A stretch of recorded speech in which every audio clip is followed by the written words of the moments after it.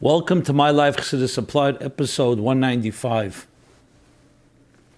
We'll begin with this week being Parsha Shemos, a thought on this Parsha from Chassidus in a context of Chassidus Applied, with a lesson in life. It's always good to remind ourselves when you use the term Chassidus Applied where it originates from. So in general terms, let me just say this. I've mentioned this a number of times. The most popular, I would say, the most repeated statement that the Rebbe said, more than any other statement in the Rebbe's talks, is Teira Meloshen Hira. That Teira comes from the word and expression directive. And every talk, literally, that the Rebbe ever gave, ends with the question, what is the Hira B'chaim, the lesson in life, the directive, the guide in life? Because Torah is not just a book of stories or history or even a book of mitzvahs. It's a book of Hira B'chaim, lesson in life, a guide to life, a blueprint for life. So when we say the word applied, we're basically stating the obvious, but making the emphasis that it's about applying it to our lives and not just something for the book or something that's written in a book or something that remains on the shelf or remains an academic exercise, but rather one that comes down into living experience. And Chassidus, of course, and Torah in general is Lashon Hira, Chassidus particularly, which is Primis HaTorah, that comes to teach us about the neshama, about Seder Shtalshus, about the purpose of life. When you're learning Gemara, for example, you learn, let's say, Hilchos Shabbos. So you learn there's Lametes Malachas, 39 types of work you're not supposed to do. So obviously that's also Hira. What's the Hira? That you learn from that. What you're supposed to do, what you're not supposed to do. Talmud Godlu Shemevil De Maisa. So there's the concept of Yagl Teira V'Yadid, to learn, just to learn, but there's the idea that you're studying something in order to bring it into a halacha. But there is the concept of Yagl Teira V'Yadid, of learning. When it comes to Chassidus, you see there's no such thing as a haskalah without an aveda. Every concept has to be an aveda. As a matter of fact, in the Sichos, I believe in Tavshin Vav or Tavshin Zayin, I don't remember which week it is, the Rebbe says, Ramash asked the Frierdiker Rebbe, why is it not in Chassidus that you don't find the same idea? Learning Chassidus Yagl Teira V'Yadid just to learn. There are times the Gemara says, why are we discussing this, even if there's no practical nafkamina? And truth is, there's a nafkamina there too. I'll mention that in a moment. But there's the concept of learning. We learn it in order Yagl Teira V'Yadid, to make Torah, to show the greatness of Torah and exalt it. But then there's Lasukah Shmait Ali B'Dehilchas, so you learn in order to know what to do. So why in Chassidus, he asked the Frierdiker Rebbe, don't we have the same two things? Learning, just to learn. You're learning Yedias Hashem. It speaks in Tanya Kunter Sachin. He says it's a mitzvah Rama v'nizgov ma'ed, a very great mitzvah, to know Elokus, to know the divine, to know Seder Shtalshus, to know how God created existence. So why isn't there an inyan in that itself? And then there's bringing it down to Aveda. The Frierdiker Rebbe answered the famous expression, Tzime versteht yet, Tzime versteht nicht, azeh is the inyan. Whether you understand or don't understand, that's how the inyan is. But it's an interesting, fascinating question. I go back, when we say even Yagl V'Yadir, Chassidus makes the emphasis, and the Rebbe especially, that even there's a lesson. Even if the Torah doesn't say a specific halacha, everything has a nafkamina, my banayu, a difference. So just as a general introduction, that Torah meant everything has to be a directive. And when it comes to Primis HaTorah, there isn't even these two different dimensions of learning as an end in itself. Even though there's much achieved through learning, it's mezachich, it refines the mind, it refines the person, it refines the avir, the atmosphere. But everything has to come down into an applied lesson. Just a general introduction to the whole series of these programs. We're now in episode 195 of Chassidus Applied. So now let's go over to this week's Parsha Shemos, the beginning of a new Sefer. Sefer Bereshis concludes last week, and yesterday, and begin a new Sefer. Every Sefer in Torah has its own so-called new chapter, literally. As we know, Chassidus explains that Sefer Bereshis is called Sefer HaYoshar. Why? Because it talks about the Yesharim, it talks about the Avis. It concludes with Yaakov's passing, the third of the Avis, and then the Shvatim. And Sefer Shmei starts a new chapter.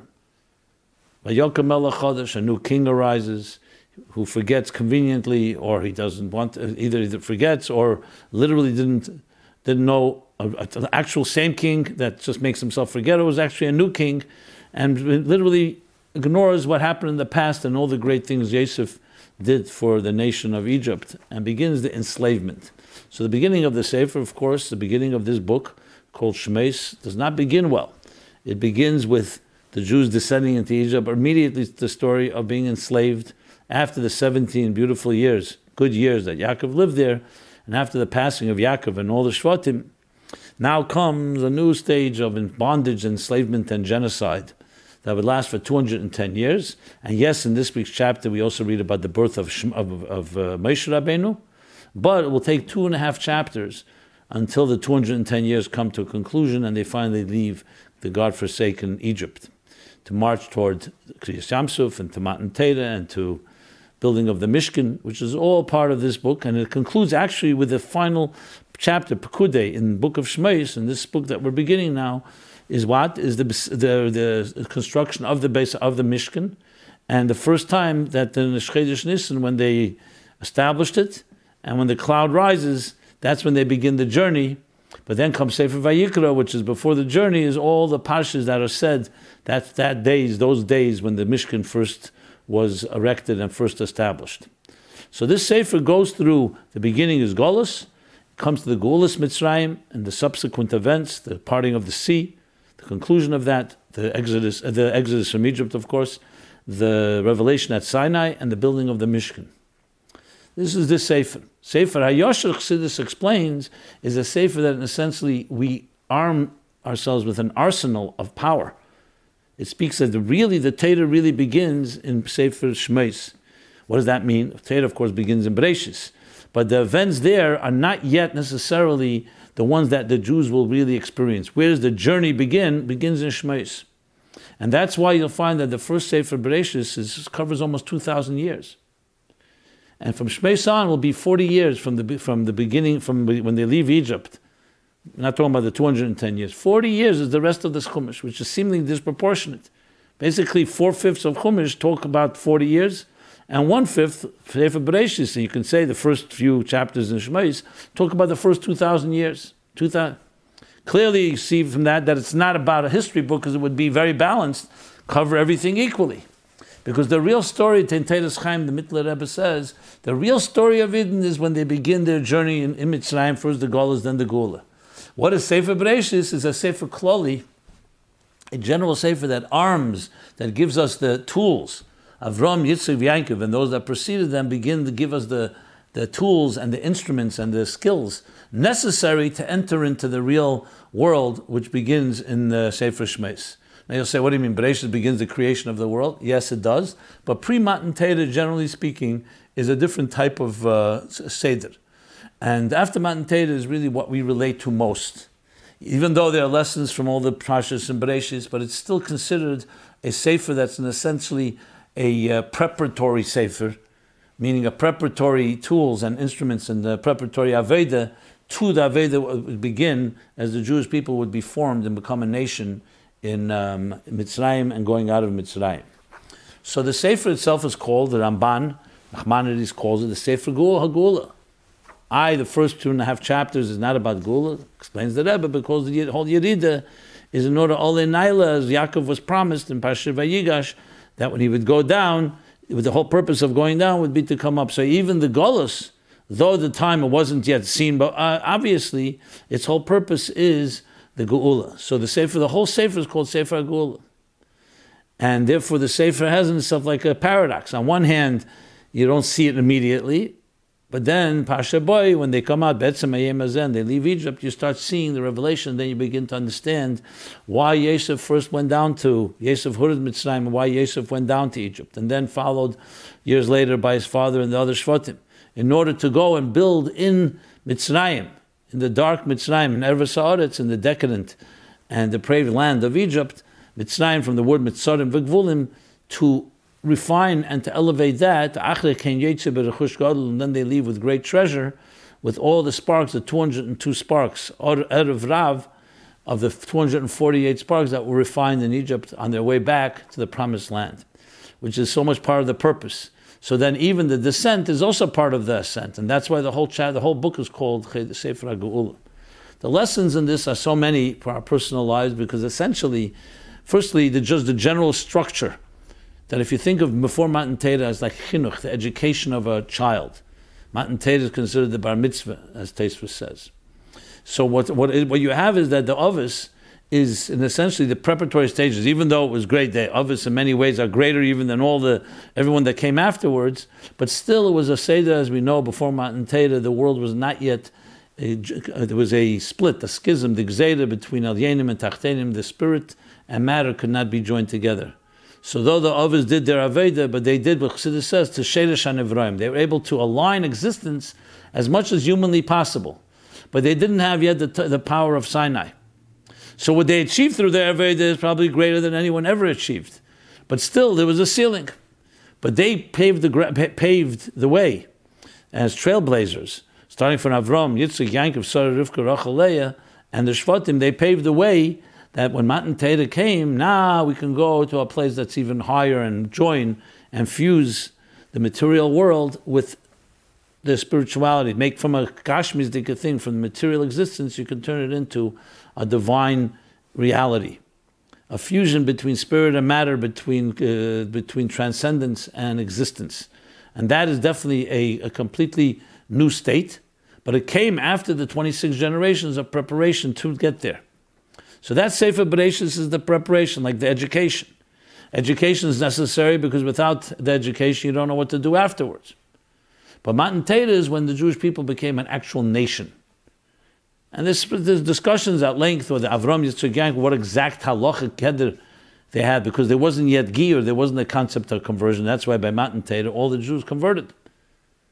Not because they were not Jew, but because the concept of Jew was born then, and we learn all the laws of conversion from Sinai, of what happened at Matan Torah. So from Shemos on begins the so-called real journey, the post-Avis stage, and preparing for Matan Torah. And of course, then once we reach Matan Torah, Sinai begins the real journey of transforming this world, making a dira b'tachtenim, and it begins with the 40-year journey through the wilderness until they would finally come to the Promised Land. So in our own personal lives, we have a stage of education when we're preparing the ground on the microcosmic level, as it is on the macrocosmic, and then there comes the point where we go through the real hardships of life, which is Mitzrayim. So though even in the education stage there was also hardships, Avram, Yitzchak, Yaakov had their nisyonos, but it doesn't come to the collective misery and the collective Aveda Kosher and difficulties that they had when they were in Egypt. And that prepared them like a kura barzel, like that strengthened their metal, hardened their metal to go now finally from Yetzias Mitzrayim. They can go to Sinai, to Matan Torah, receive the Torah with the bitla hagzeira, where this schism was bridged, and actually fuse the physical world and make it literally a divine spiritual home. And that's consummated from Matan Torah by the Mishkan. So the Mishkan is the consummation, the building of the Mishkan, v'shachanti b'seichem, taking material objects and building a Mishkan. With everything the Avos did, they never built a Mishkan. In their own personal lives, they were themselves a walking Mishkan, a walking sanctuary, Merkava. But the physical world was not yet capable of being able to be transformed in that fashion. So in our own personal lives, there's the education stage, then there's the stage where we go through maturity and we go through the difficulties of life, but that forges and creates a independent entity, a goy mekerev goy, the birth of a nation, and the birth of the individual to really go out now, be armed, to go into a dark and hostile world, now armed after going through Mitzrayim, being able to transform this world. So in our own personal lives, when we are young children, obviously we're at home, we go to school, we're being trained, it's a training ground. Then when we grow up and we become adults, now you're armed with a good training and a good education, a chinuch, to go into a world that has difficulties and challenges, but now we have the power to transform. Not just to protect ourselves, but actually to transform our world around us, which means the best defense is offense.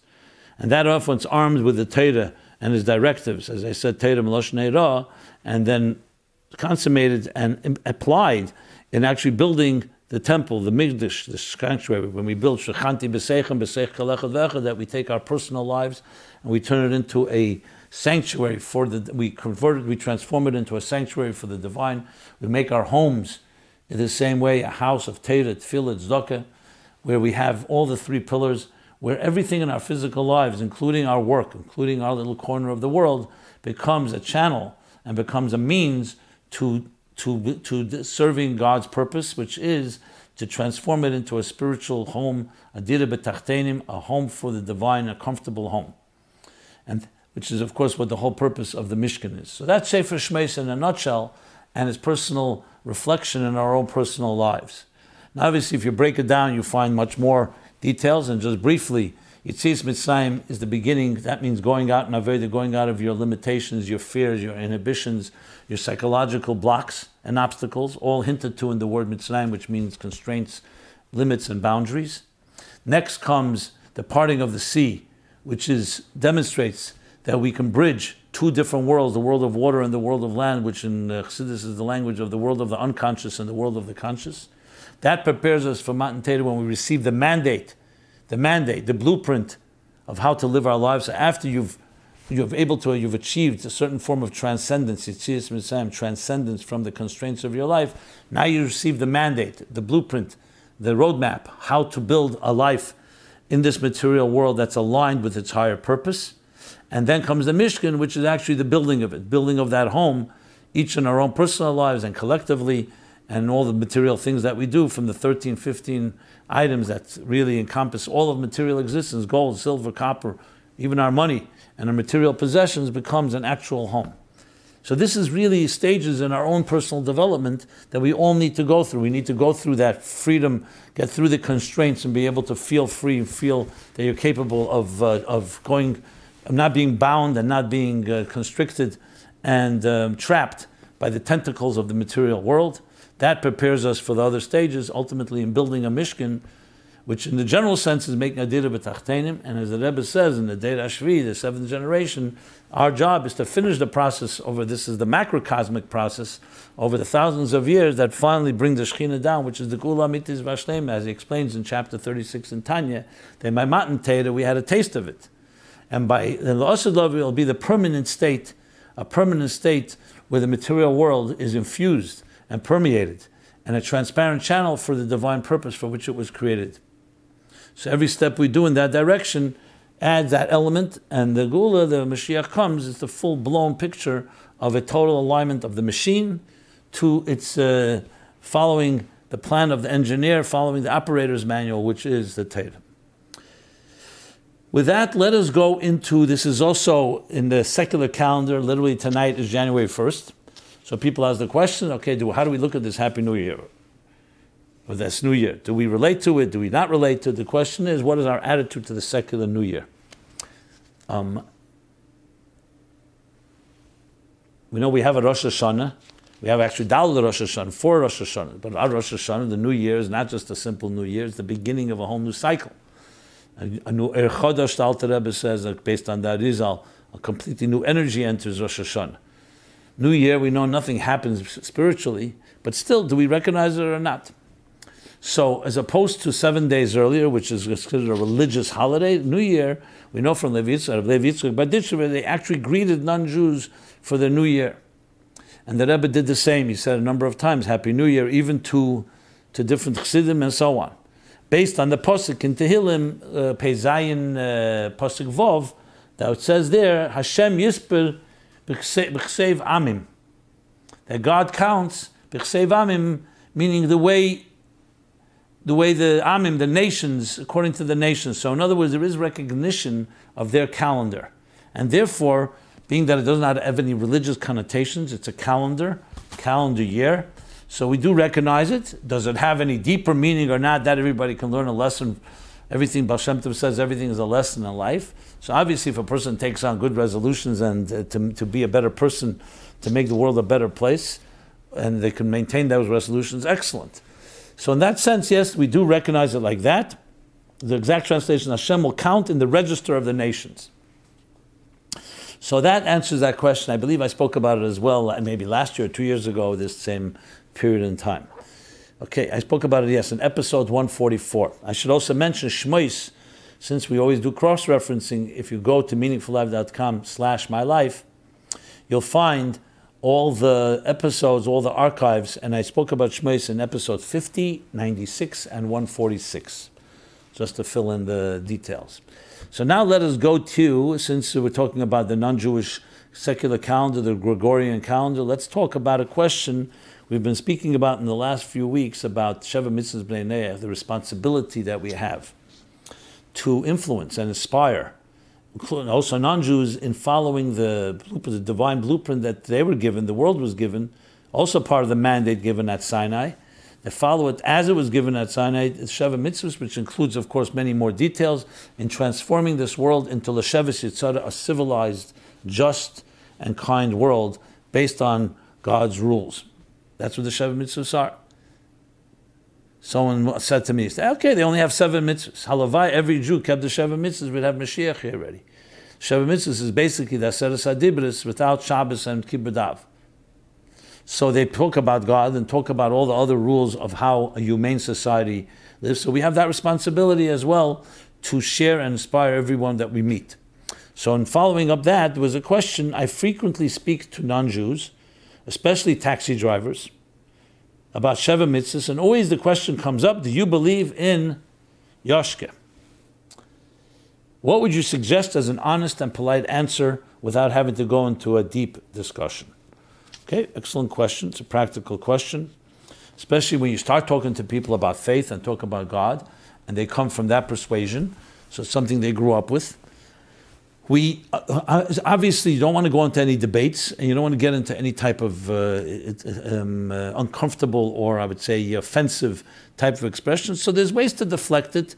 What I usually do if someone speaks that way, I basically say the following. I say, look, we are all created by God, and we all have a purpose, an indispensable mission in which to live. The Jewish people received the Torah at Sinai. We all go back to Abraham, who was Av HaMoingim, the father of all nations, and we follow that. In later generations, that message was spread through different type of teachers and so on. So we are happy that there is a message that is going out there. But we look at it that he was a Jewish scholar, a Jewish rabbi, and we don't have any particular connection to him more than we do to anyone else. And I wouldn't say anything more than that. And they start saying, well, we believe in so-and-so about this person, you don't have to respond. You could basically you're suggesting that we precede him, which is exactly the case. Whatever he did teach, whether it was distorted or not distorted, whatever the Rambam writes about it, which we all know, the bottom line is we precede the whole existence of this individual. So why even engage in that? We proceed. Wherever he took his teachings, whatever comes out that is positive, like the Rambam says, L'yasher saderech, it comes from the Torah. So we don't have to get into the distortions or things that we don't agree with.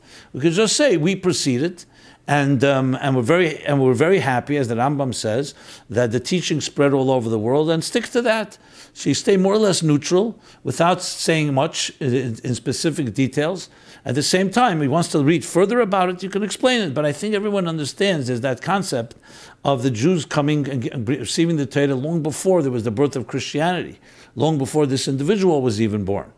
So why we have to go, and it's not a competition. We come from Avram, Yitzchak, and Yaakov. We're proud children of theirs. We're proud to have brought monotheism to the world. We're proud that the Torah came into the world.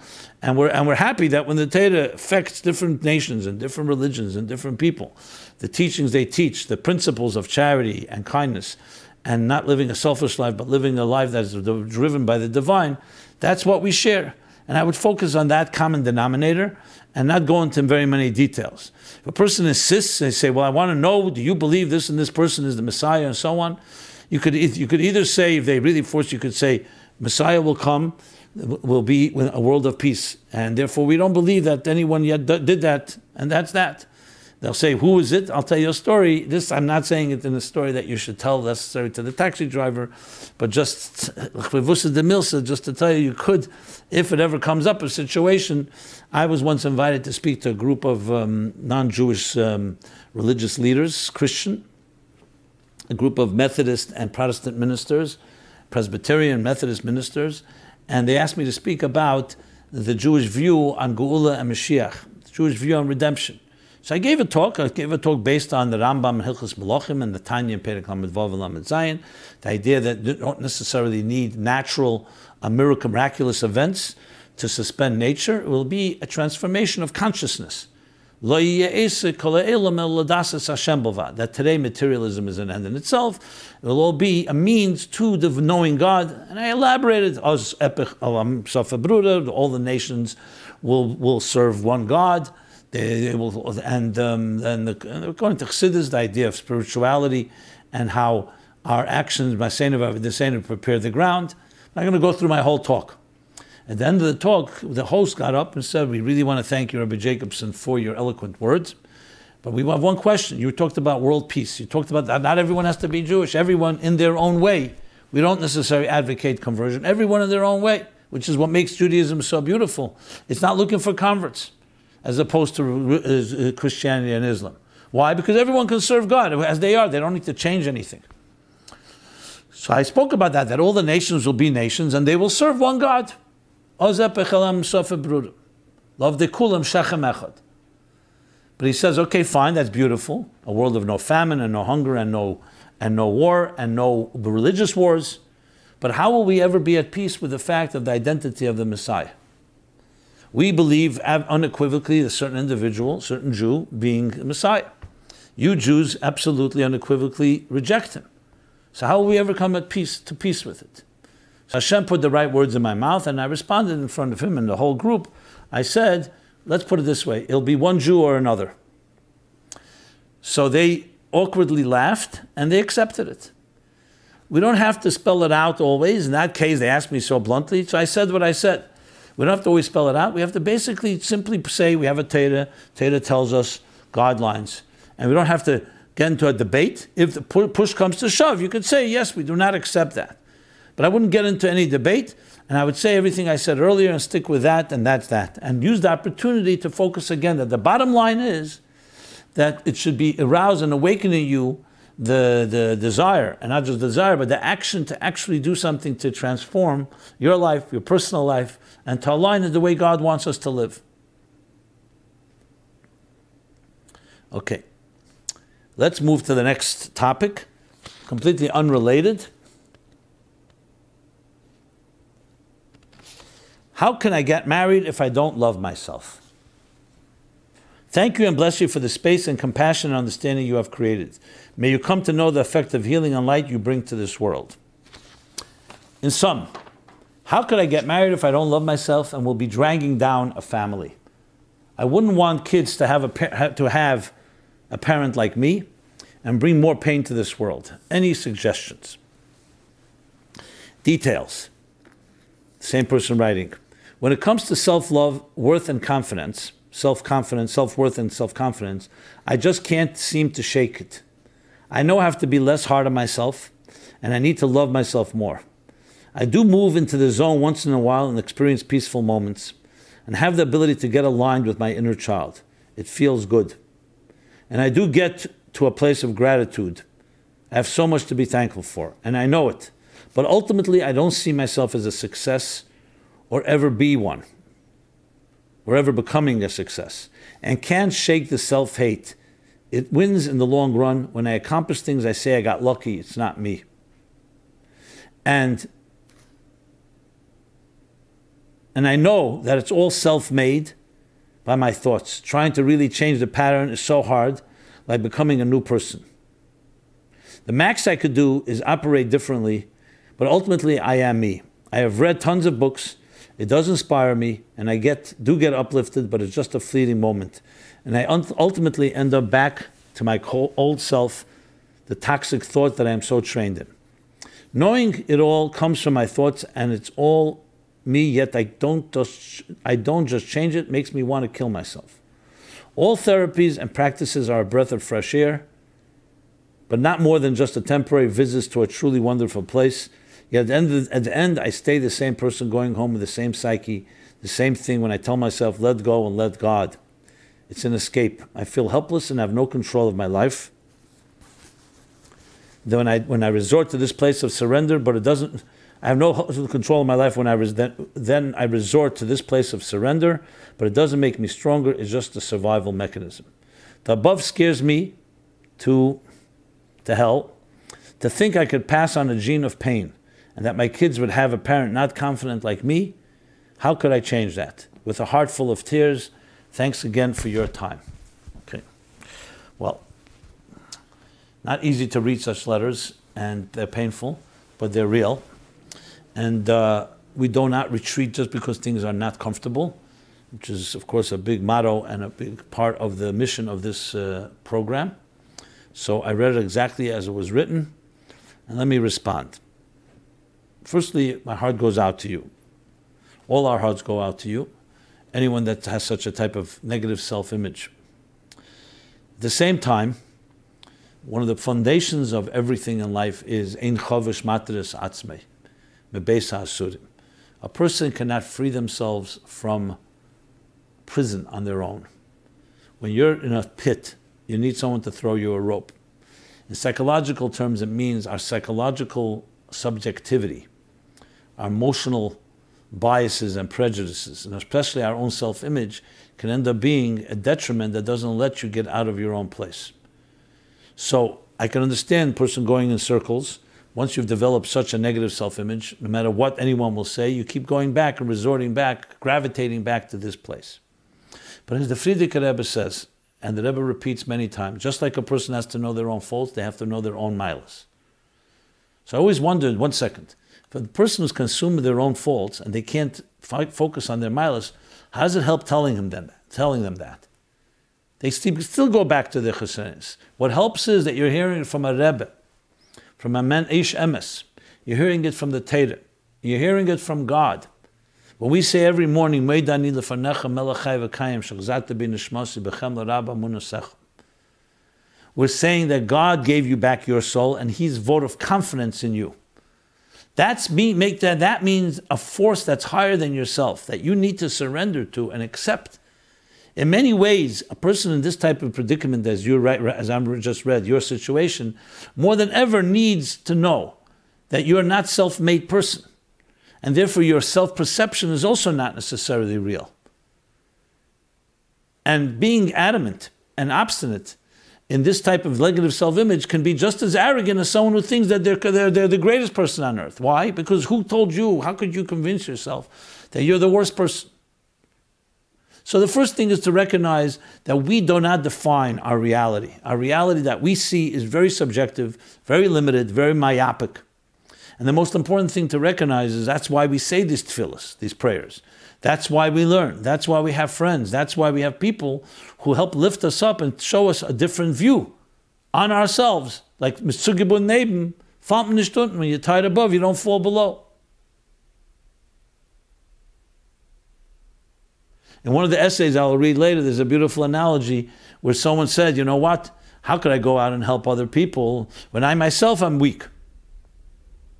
And the analogy they give is, you know what? If the pot on the fire is warm, it keeps the food warm, or keeps the liquid, keeps the water, or keeps the soup warm.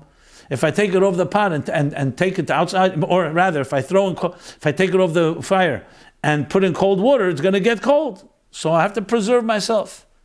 And one girl answers to this person who makes this complaint, says, that's fine when you take it off the fire, but if you keep it on the fire, it means you connect to above and you're always connected to the fire, then you can pour as much cold water as you want in it, and it'll also get warm. So in other words, again, the best defense is offense. So these are things we need to learn, even though you may not feel it, but the bottom line is that's where we have Kabbalah sale, and we're told by God and by God's messengers and shluchim that you have powers that are much greater than you think.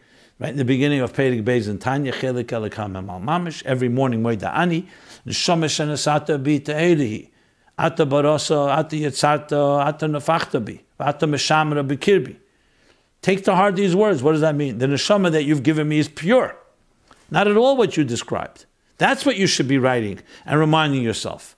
And even though you have this, I'm not suggesting this is going to go away quickly, but you need to have a parallel narrative about the positive side of who you are. And no, you're being told by someone more authoritative than you that your soul is pure. And I created it. Ata, you created it, and you shaped it. Not just pure somewhere. Through all the levels as the soul descends, all of them, God is infusing it in us. And even down below where it may need sometimes, because it's in a hostile world and can come to such feelings, even there, Ata Meshamere B'kirbi, you protect it within me. So you need to know that for all the negative feelings, there's also forces that protect you and bless you. That's one point. The second point is, who is the real you? Are you really going to convince yourself that your description of yourself is the real you? Chassidus gives an example that two, God forbid, parents who are blind by birth, meaning there's something in their being that makes them blind, will give birth to children that are seeing. Why? Because the neshama is not blind. The keiches and neshama are not blind. There may be a physical handicap in the physical eye, or maybe the optic nerve, but the neshama is not damaged, God forbid, is not injured. So for them to say, you know what, I don't want to bring children into this world, why? Because they may be blind, they won't be blind. Because your neshama is intact. Neshama shenasati b'tahirihi. So what's saddest to hear is not that you have negative feelings, we all have our challenges. But to not bring children into this world because of that is the worst possible thing, because the best thing you could do for yourself and for your life is to bring children to this world and make sure they don't have the negative experiences you had. Because that brings me to the next point, which is that you're not born this way. No one is born with such feelings.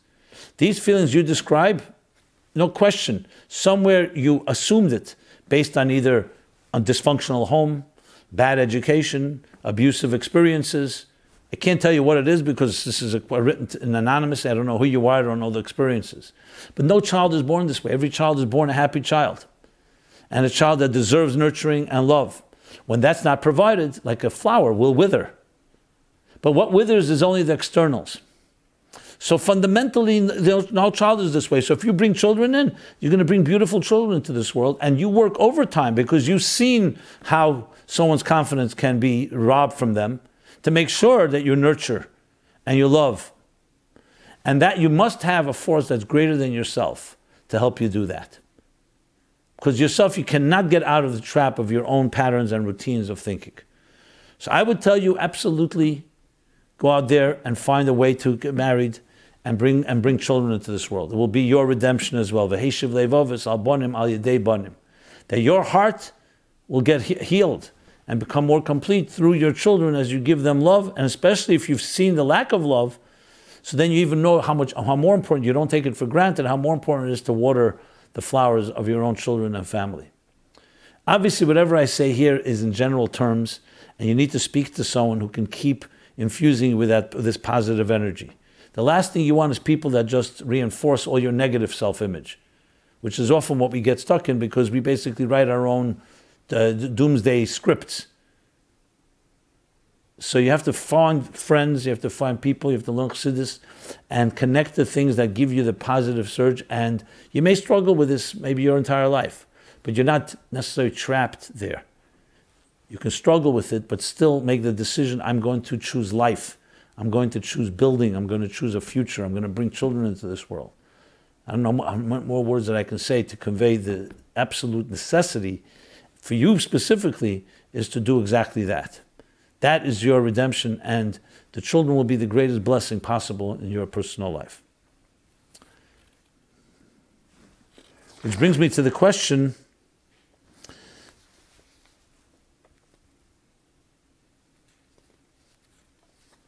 which leads into the question, how could I get married if I don't love myself? People say, if I don't love myself, how could I love another person? So I spoke about children. Now let's talk about marriage itself. First of all, as I said, even if you don't feel you love yourself, that doesn't mean you don't have something to be loved. It means you're not aware of it. So what are you going to do? Write a script based on the fact that you decided you don't love yourself. In truth, there's much to love inside of you. You just never were made aware of it. Or you were made, or it was crushed, or it was robbed from you, the feeling, not the reality, the feeling. So you're going to make a decision of not finding love in your life because you don't feel it. So what you have to do is, as I just said, you have to find reasons and connections that bring you that love, to know that God loves you. Ahavti eschem amar Hashem. I love you, God says. And that love has to become a real, practical reality in your life. I mentioned before, every morning in davening is a meditation, is a contemplation you can have every day in reinforcing that. You find, as I mentioned, friends, you find activities where you succeed in. There are many, many ways to nurture yourself if a person indeed has grown up and come to a sad place where they don't feel any love. Now remember, self-love can also take on a negative shape, which is basically arrogance. A person is a narcissist and they completely consume with themselves. Obviously, we're talking here the other extreme, where you don't feel any of it, but in a way that, as I said, can also be selfish. It's a selfish negative image. I'm convinced there's nothing to love about myself. That's number one. Number two, nobody who goes into marriage is perfect self-confidence. Everybody has questions about themselves. Everyone has doubts. And yet there is the beauty of bringing someone else into your life and they care about you. That elicits both your love to that person and their love to you, and that's how you grow. So I'm not suggesting one should get married as a crutch because I don't feel any love. Let me marry someone, I'll be dependent on their love. That can be unhealthy because you could be over-dependent on someone else. So a healthy relationship is where you have a certain measure of healthy self-confidence. Obviously, with all the doubts and questions we all have about ourselves, you get married to another person who may be that way, and together, you both bolster and become stronger than the sum of the parts. But in case a person is in a situation like you describe here, where you're lacking it in a serious way and you don't feel it, so obviously, as I said, you're not looking for someone to save you. But what you need in your life is love, not avoiding love. It's like someone saying, I haven't drank water for so long, I feel parched. I feel suffocating, so I'm not going to drink anymore because I don't want to have a situation where I'm going into a situation I don't love myself, and therefore I don't have any love. I'm not going to go look for it. You're the first person that needs love. Now, you may need help. You may need someone to speak to. You may need a therapist. You may need someone to help you build that confidence. But everybody has something to hold on to. And above all, as I said, when all else fails, always know that God put you here on this earth, and that alone is a reason to love yourself. Just like it says in Tanya about loving another, Eivas Habrius, the Mishnah, words of the Mishnah. Even if there's no other Maila, as the Rebbe explains, the Alter Rebbe brings in Perek Lamed Beis, the Mishnah on Pirkei Avos, Perek Aleph about Aaron. That Hava Mitalmidim Shel Aaron, Eivas Habrius. What's the expression Brius? To love the Brius. Even if that Bria has no other quality, which is impossible, but let's just argument say no other quality, the mere fact that it was just created by God is already enough reason to love it. And then, of course, there are more reasons. So if that's the case with others, the same thing with yourself. Even if there's no other reason that you can find right now, but you're here on earth. Somebody chose you. Not just somebody, God. Which is the greatest choice of all. It really makes no difference what anyone else thinks. Then, of course, it doesn't hurt, and it helps to find actually qualities that people admire in you, people value in you. So you begin small steps to just say, I don't love myself, period, and therefore how could I get married? How could I bring children into this world? That extremism is itself unhealthy. So you have to remember, yes, there may be some things you don't love, but everybody has something.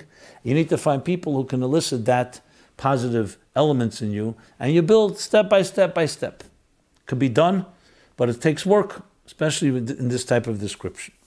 Okay. Next question.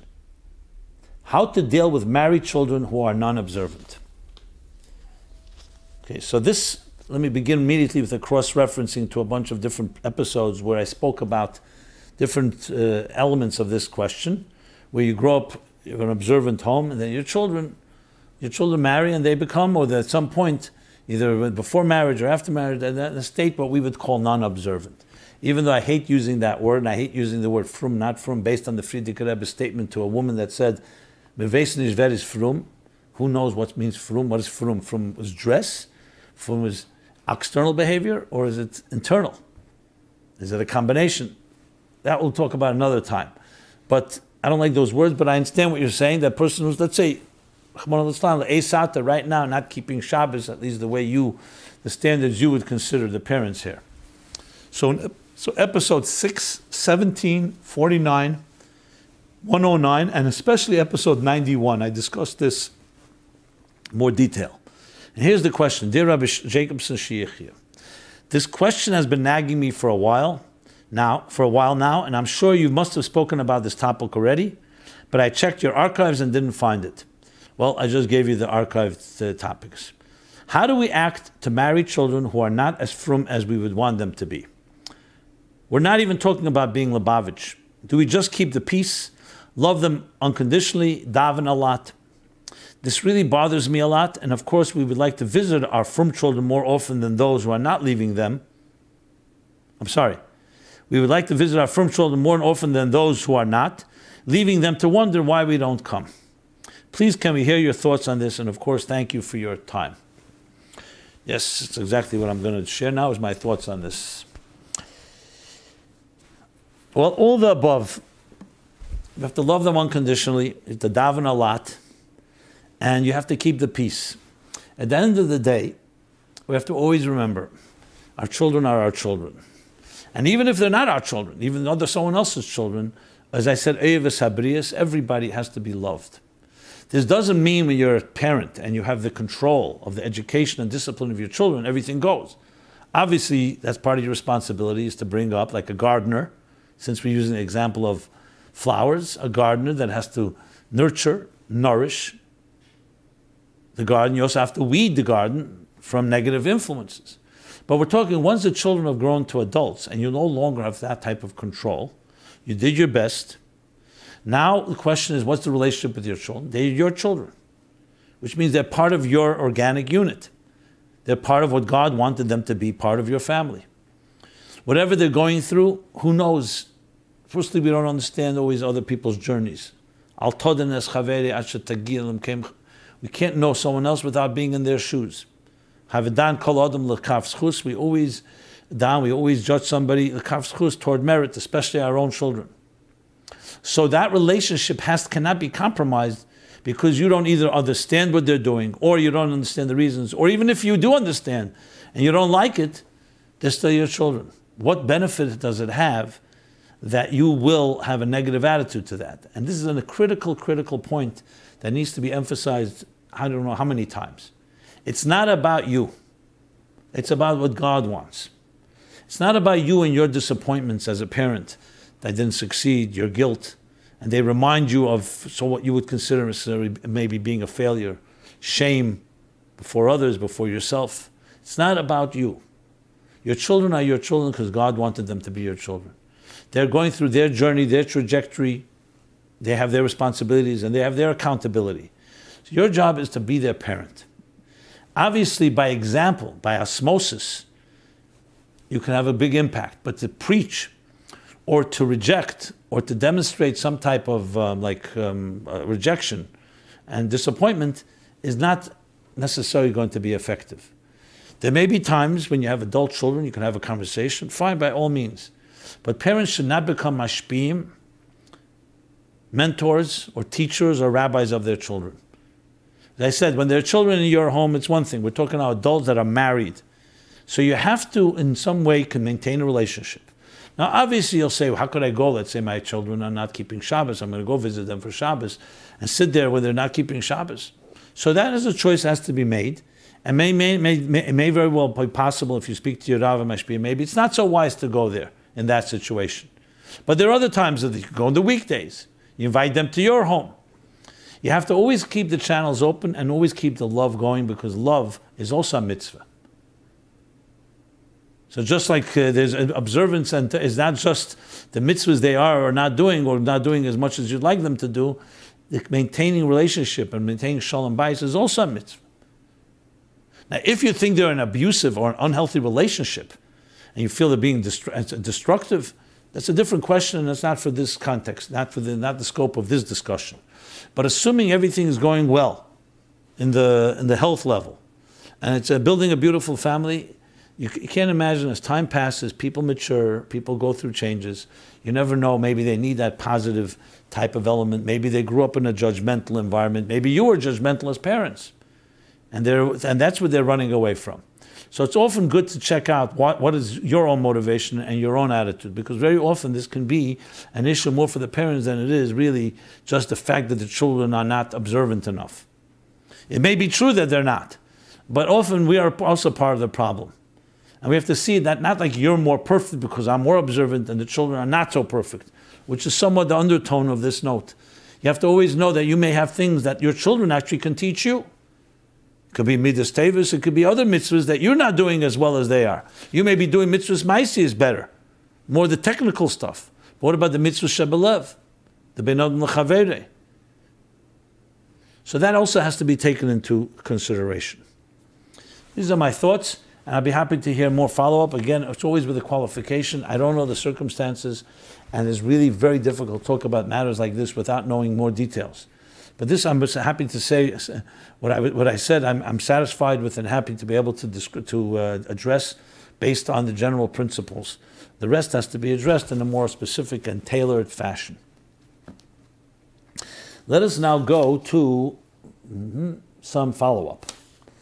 We're going to do a few follow-ups. We'll do quickly one on the Dreidel. This is a class. This is one of the Wednesday night classes I've mentioned a number of times in addition to the Sunday night MyLife program. I also do a Wednesday night weekly class that's also broadcast live and archived online. You could find this all on meaningfullife.com, our calendar at the bottom of the homepage. So in a class in 1213, I spoke about Dreidel, the deeper meaning of a Dreidel. Does the mind control the emotions? So someone writes, the Dreidel lecture Wednesday was legendary. Looked up the Bnei Yisachar, then the morale in their mitzvah.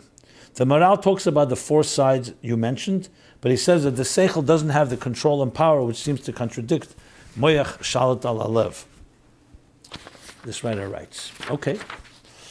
Honestly, I didn't look into the morale right now, so I can't respond indirectly. Moyach shalat al alev is a statement, as the Alter Rebbe says in Tanya, chapter 12, from Zohar Rei Mehemna, Parsha Pinchas. So it's not the Alter Rebbe's Chiddush, which would come after the morale. I have to look inside the morale, but I will say that if the morale says doesn't have the control and power, remember there's also control and power of the so-called natural midas, which defines it doesn't have a control and power. For example, whether you're going to be a personality. Moyach love does not change your personality. It changes, as he says, machshava dibur u'maisa, how you'll express yourself. So we have a nefesh elikis, a nefesh abamis, moyach love to control whether you're going to allow the divine soul to dominate your thought, speech, and action. You're going to think, speak, and act things that are appropriate, or allow your animal soul to control your thought, speech, and action. So we're not talking about moyach love is not controlling your mind, it's controlling the expression of your mind in those levushim. That would be my obvious answer to what the Maral says. But I will look it up, and I didn't have a chance to do so. I apologize for that. But thank you for your comment, and we'll go on. If I find something more, I'll add to that in one of the next episodes. Another follow-up is the Rubashkin phenomenon. So here there are many, many questions and comments and critiques, mostly positive, I should say. And I'll read some of them because there's so much. I don't know if I can just read all of it. Well, talking about 4 or 5 pages of comments. Okay, briefly. Dear Rabbi Jacobson, I watched your episode today, and I would like to thank you, this was last week's episode, for addressing my question and responding that we should be besimcha and should make hachlotas tevis, and Shalom Mordechai Rubashkin should be the one to institute this campaign to be a continued source of inspiration for Agdus Yisrael. Yes. I don't see how you have answered it fully, though. I'm wondering how come articles of good resolutions from anyone, not necessarily from Mashpiyim, teachers, or Rabbonim, are not being sent around. Is there nothing to be sent around? There's not the time and place as we are in the midst of the Simcha. Just want to be clear that I'm not putting down the Simcha. I'm trying to focus on the Eis Ratzon, the auspicious time, and trying to apply it to my daily life. Am I the only one? That's my concern. Please shed some light on this. Again, appreciate your addressing my question. I'll mitzvah try and ask more so I can learn more. Thank you. Okay. I'm not sure what I didn't answer fully, but the bottom line is like this. I think I said everything I had to say last week, both the different sides and elements to it.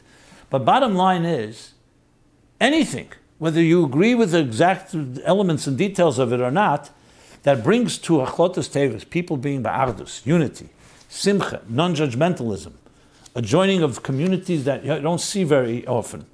How could that be a negative? That's a positive. So no matter what the beginning is, that's a positive. The Rebbe Rashab said that he didn't like people who said commentary on Tanya. But if it added a Yiras Shamayim and Avedis Hashem, he didn't mind. When something adds an Avedis Hashem, Yiras Shamayim, that's always the Even HaBeichen that there's something positive. So that's all I would focus on. Everything else we discussed last week, and there's no need to go through that again. Then I got a bunch of comments, some from online comments, some that came directly to us. One person says, for heaven's sakes, what kind of crime did he commit? 9,311 immigrations and child labor convictions were handed down. They were completely expunged from his record. The tax fraud could not have happened if the judge would have been fair. Would not have happened if the judge would have been fair. She had shares in the prison system. She made money on his arrest, so she wanted his blood. She appointed a trustee who we have proof intimidated the buyers who were ready to pay full price for agri, so that he would have been able to pay back his creditors. What did he do wrong? Get off your sanctimonious high horses for real. Okay, look, as I said, I'm not going to go into these details. It's really irrelevant to me. I'm not a lawyer. I don't know the details. Let's assume the whole thing was a blood libel. Some people feel that way. Some people don't feel that way. I don't think this is a platform to get into that discussion. It really doesn't matter. As Shlomo Mordechai himself is saying, the Eibishter wanted him to be there, and he's there. And the Eibishter wanted him out, now he's out. That's all that matters, practically. Now, no one's here going to point fingers. I was addressing that even if there are issues, and of course he didn't sit for spreading Chassidus per se, but let's say there was anti-Semitism. Even if there are issues, there's still plenty to be learned from it. And, you move on. Because everyone agrees the sentence was far too harsh compared to even the crimes that someone would suggest are possible. I'm not here to paskin. I don't want to even go there. Then someone writes the opposite. How can we reconcile the fact that Yenikas Chetzenim exists and that Tanya says that darkness isn't in existence? Is it just the absence of light, or are they two separate things? There's darkness, which is just confusion, and evil, which is a reality. I'm not even sure this is connected to this, honestly. It may be connected to the nittel that I spoke about. Okay, so I read it at Angahak. Fine. Sorry if it confuses anyone. Someone writes, my take on it, perhaps this was a personal burden on all these people celebrating. I don't know him nor his family personally, but the last 8 years suffered to some extent the injustice and pain of a fellow Jew. It really affected me and my life, so this is not only about celebrating his release, but to some extent mine too, as this has become personal. I'm sure this wasn't just me, and it applies to all these people celebrating. This is such a relief to all Klal Yisrael. It also signifies that Hashem truly can do the impossible, open miracles. We are all injected with new optimism that the trials and tribulations that we are currently experiencing in our own lives, which seem hopeless, there's newfound hope for our Yeshua. Shiach now.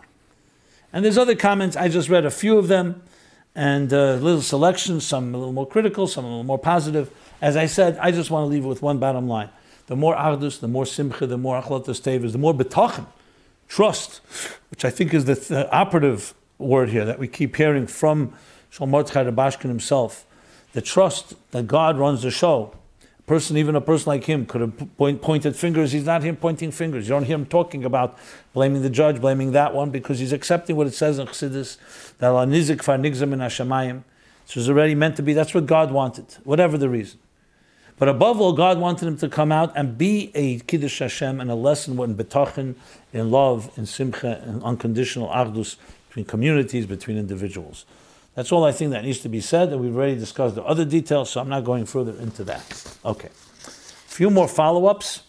Let me see here. Let's see our time here. Okay. There was a question I spoke about Mr. Trump's announcing Jerusalem to become moving the embassy to the capital of Israel, Jerusalem. Someone asked me to cite the source of the reference that I made, Lev Melochim V'Sarim B'Yad Hashem, the heart of kings and leaders are in the hands of God. So I refer you to Likutei Sichos, volume 13, page 285 in a footnote. There's no exact lashon like that, but the Rebbe there explains that it's based on a posuk in Mishlei, the Teichen, and brings Medrashim, so all the sources are right there, and you'll find everything you need in that. Again, volume 13, Likutei Sichos, page 285 in a footnote. Regarding the actual discussion on Jerusalem, the capital, I'm going to leave that for a later episode because time is running out and I have some other things to talk about. And I see some of the ideas I wanted to speak about is just simply not the time. But I will say something in episode 194. Someone thankfully made some corrections. So I'll say Shalom Avrocha Chazak V'Amatz in your wonderful videos. I don't mean to nitpick, but just for the historical accuracy, L'Te'elas Harabim. 2 clarifications in episode 194 last week. At about 16 minutes in, you said the wall of Yerushalayim was breached 6 months later after Sar B'Tevis. I believe it was 2.5 years later. You're correct, and I stand corrected. Though now on our calendar they appear approximately 6 months apart, surely this was a plitas hapet, means a slip of the tongue. Thank you. And number 2, at 1740, minute 1740, I said our calendar established by Hillel HaZoken, or is it a different later Hillel? You're correct as well. If I did say Hillel HaZoken, I don't recall. I may have slipped. Not Hillel HaZoken, was his grandson, Hillel Hanossi, I believe, not HaZoken, that established the calendar. So thank you for that, and I'm very glad people listening. I don't see it as nitpicking. I think for the record it's important to have that. If you recall, if you look in the Rebbe's Siches, and you look in the Rebbe's Shemos, and I'm sorry, the Kontresim he published, he always had at the back a Tikkun Tos or Hashmotas. So there's nothing wrong with finding corrections, and I please invite anyone that either something that they feel I've said incorrect, or the different details that I may have missed or altered. I absolutely welcome it. On the contrary, I want this to be a clean record and to have the full credibility of being as honest and as real as possible. So thank you for that. I was going to read a bunch of very interesting suggestions that came to me, but we're already running, I see, late. So I have to apologize that this will come following weeks. I will talk now the Chassidus question, do the essays, and then bid you all a beautiful week. Chassidus question. Make sure we have this. Okay. Bad. How to reconcile free will and divine providence. A year or so ago, and be precise, it was episodes 124 and 125, you discussed the tension between free choice and divine providence. And just to sum it up, and then I'll continue reading, free choice means a human being has free will to choose from right or wrong. Divine providence means God controls every move of our lives. So if he controls every move, he seemingly also controls our choices of right or wrong. And I discussed it then. It's obviously not a topic that began in Chassidus applied. It's a topic that goes back hundreds and hundreds of years, discussed by the Rambam and the Ravid and the Barbanel and the Meforshim, Medrash Shmuel, and so many different places, where it says in the Mishnah, that says, it says these things. Hakol Tzofei means everything is seen by God, V'reshus Nesuna, and you're given permission, which means in the same Mishnah it says both things. And the commentaries all talk about it, and I summed it up then. So this person is continuing is writing about that tension. I came across an insight by the Rebbe that I thought added something new, and was hoping you would comment. The source is Likutei Sichos, volume 15, second column, page 186. It's a Chanukah Sikh, about Chanukah. The Rebbe speaks of Nimna HaNimnois, and then says, well, let me explain Nimna HaNimnois. Nimnois means, there's a question by the Chokrim, Im Nimnois yesh teva kayom, which means, Nimna means something is impossible. Nimna means impossible. Is there something that's impossible for God to do? So some say God bound himself, or he has certain things he's not going to change. Can God pick up a stone greater than himself, stronger than himself? There's the classic, and other examples. Nimna ha-nimnois means he does not have, nimnois doesn't have anything that's impossible. Nimna ha-nimnois. The impossible is impossible to say there's something impossible for God, basically. Or do we say, there is nimnois tevakaim, there is an element that things that are impossible. Here's not the place to go into the discussion on the details of it. It can be another week we can discuss nimna nimnois if we haven't. So he's saying, in Likutei Sichos, he brings that regarding, I should say what, Chanukah, that the idea that it burned every day, 8 days, though it had only for one night to burn, was a form of nimna nimnois that Rebbe explains. Two opposite as once. The classic example of nimna nimnois is the Aron in the Mishkan. That it says when you measured it at certain measurements. And then it says, Mokem ha'Aron ein min amida. The space of the Aron had no measurement. So if you measured the Aron itself, it had measurements. If you measured wall to wall, you wouldn't. It was as if the Aron wasn't there. So it's pure nimna nimnois. It occupies space and does not occupy at the same time. It's hard to wrap our heads around it, but that's exactly what makes a paradox, a non-paradox for the Eibishter. So this fellow is writing and saying that this is what we learn about nimna nimnois. And then the Rebbe says there, to paraphrase, furthermore, the unmeasured expression comes specifically through the limited expression being fulfilled according to its exact specifications. In other words, for the Aron to actually be eina min amida, first it has to have midah, or else it wouldn't be an Aron. If you built an Aron and say, you know what, since there's any way you're not going to take up space, I don't have to build anything. Or I don't have to be particular in its measurement. No, the Pasuk in Truma says exactly the size of the Aron, the length and the width and the height and the details. And precisely by building it that way, with measure, that makes it capable, like he says, to then come to a state of unlimited expression. The unmeasured expression comes through the measure. The Rebbe was discussing the Aron and oil for the Menorah in that Sikha. My thought, this fellow writes, was to apply this insight to the free choice, divine providence discussion. After all the discussion, I think the only way to reconcile the two is to fall back on nimna and nimnois. That everything is, there's not just nothing impossible. So there can be a contradiction, and that too is possible. Can we say that the Eina min hamida, meaning that's not measurable of the Aron, the divine providence is gekumen by our exercise of our free choice? Can you say that the fact that God, the providence that God is actually controls every move, that itself comes from our free choice? Meaning that the non-measure comes from the measure. That's what this fellow is writing. Looking forward to your response, either publicly or privately. Well, we're speaking publicly. So first of all, let's make something clear. The Rebbe says this in several letters, and it's also known, anyone learning Chassidus knows, we don't invoke nimna and nimnois every step of the way. It's when you have no choice, so to speak. Like there's a Maimer Chazal, and there's sources for it. There you have to say nimna and nimnois. But to go say that every question that we have, we just say, you know what, God can do anything. We don't do that.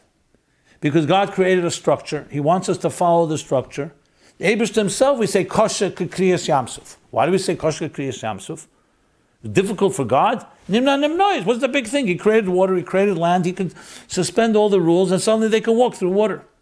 And even when he suspended, he didn't just do it like that. He did it with a wind that held the water up, like a wall.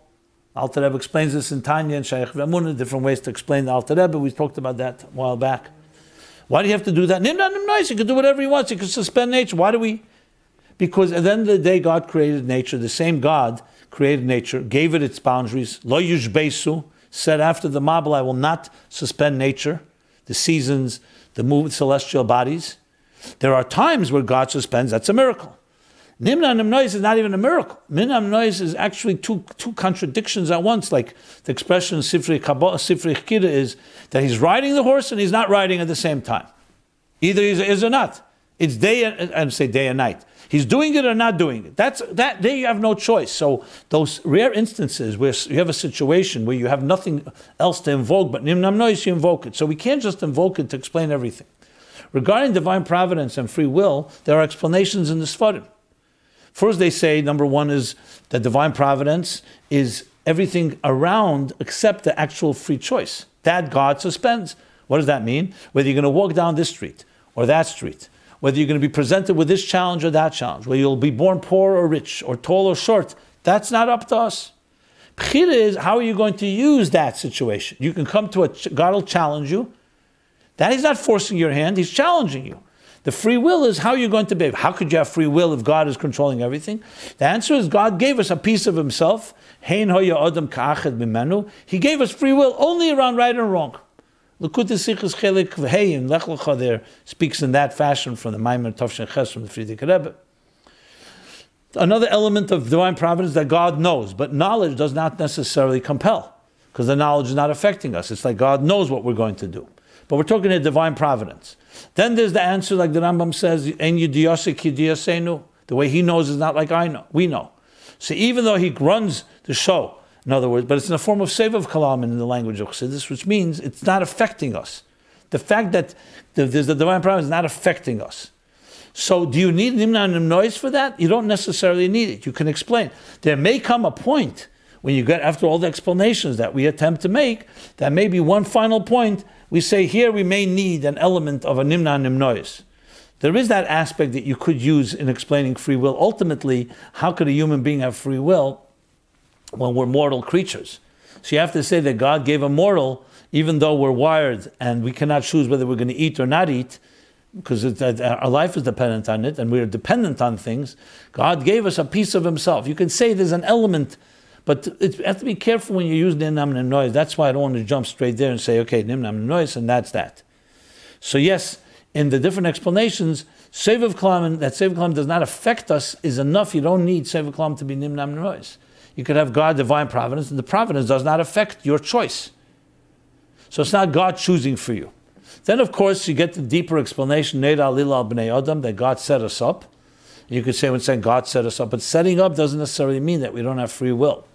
So there's a lot of details here, and you go back to episodes 124, 125, but I thank you for your comment. And as I said, it could perhaps be used in some of the details, but I would not just go ahead and just use that, just explain everything away that way. One of the reasons we don't just follow Nimnam Nimnoi is because the Dira B'Tachtenim, God wants existence on its terms to experience the divine. To say that everything God can do, then we don't need to say the Ishtalshus, we don't need a Tzimtzum, we don't need anything. God can do anything He wants. He can have a world, and the world exists, and the world becomes one with the divine. But it doesn't make sense in our logic. And our logic is also part of what God created. So to say God can do anything defeats the whole purpose that we want it to be in a way that we can relate to. We want to also understand, and the Eibishter wants us, Yediyah Satera, to understand how Hashgacha and Bechira work. So that's why we need to do whatever we can to understand. And then, if there's some details, we use that, like we say about the Neshama and Guf. At the end of the day, it's Koyach HaMafle Lasses that brings together Ruchnis and Gashmis. Yesh Ma'ayin, Koyach HaAtzmos. Neshama v'guf, how could a physical body and a Neshama meet? But yet, there's a whole explanation how Neshama goes through a Seder Ishtalshlus, and it gets diminished, and the Eiris are mislabish in Kalim, and they get concealed, and the Kalim become more capable of containing. What do we need? A 9-month process of a soul and the body coming together? Because as much as possible, we try to do it in a way that makes sense. In an orderly way, in a progressive way. God could have made the baby is born in a second. What do we need the whole process?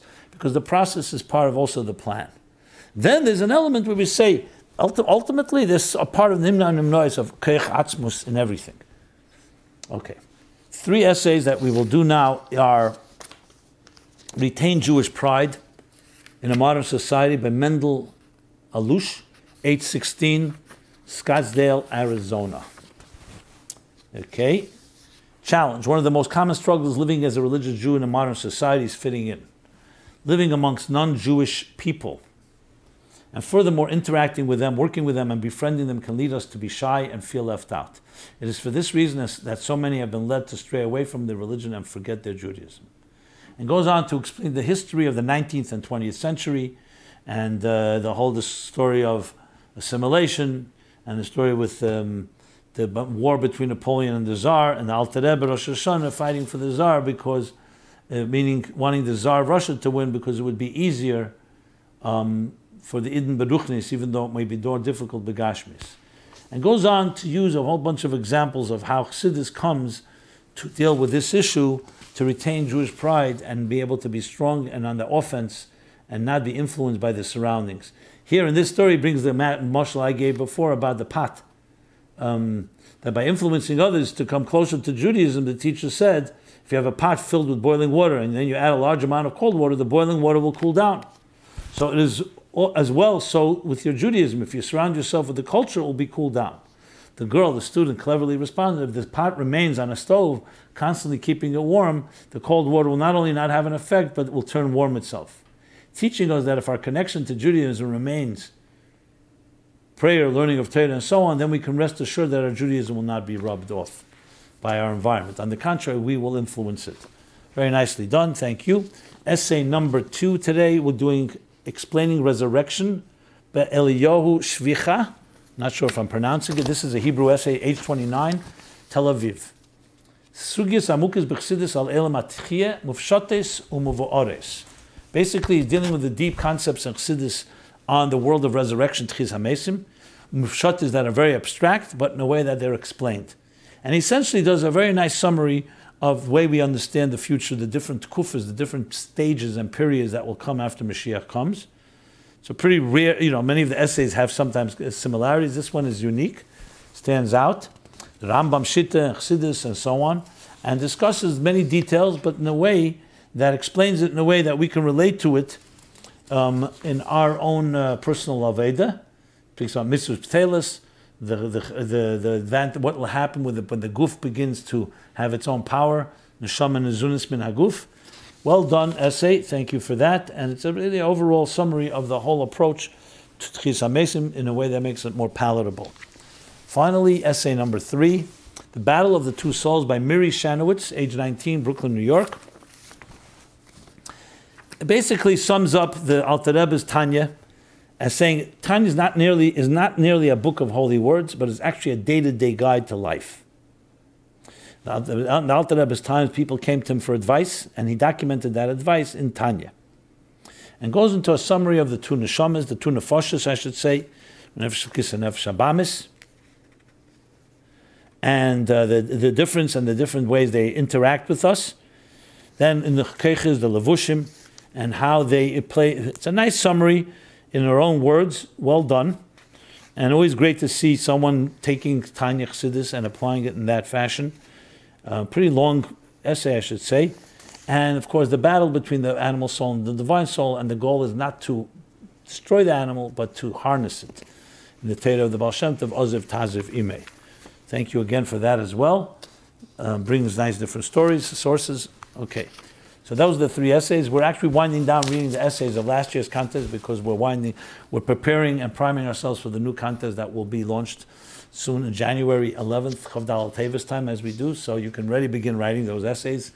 And we're excited. We'll be announcing a few new details, a few new opportunities that were not there before as we continuously try to improve the essay contest. Obviously, we always welcome your thoughts and comments on all the topics discussed there, including anything you'd like to share about the contest as we prepare the ground for that. So you do that by going to meaningfullife.com/mylife. There you have the archives. You have a place to submit questions, a forum, completely anonymously. If you want a response, you want something, you want to document or anything that you'd like to ask us that you want a response, we need you to include your email address, or else we have no way to reach you because it's completely anonymous, as I said. And you also have there other details, the essays these essays that every week we publish new essays. You could also get them by subscribing to our channels, our newsletter, as well as subscribing to our special MyLife channel on YouTube, where everything is documented and time-stamped. People keep asking me, can I just get the segment of what I want to listen to? Absolutely. You just click on the YouTube. When you go to our site, you click on the video that says YouTube.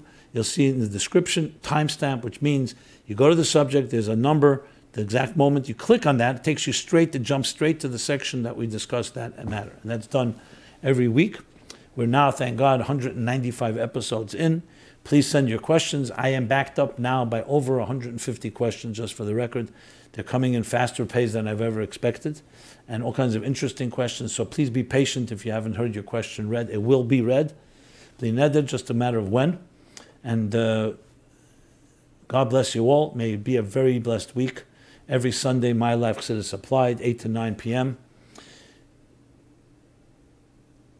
Everyone be blessed, as I said. And this has been MyLife Chassidus Applied, episode 195. Thank you very much.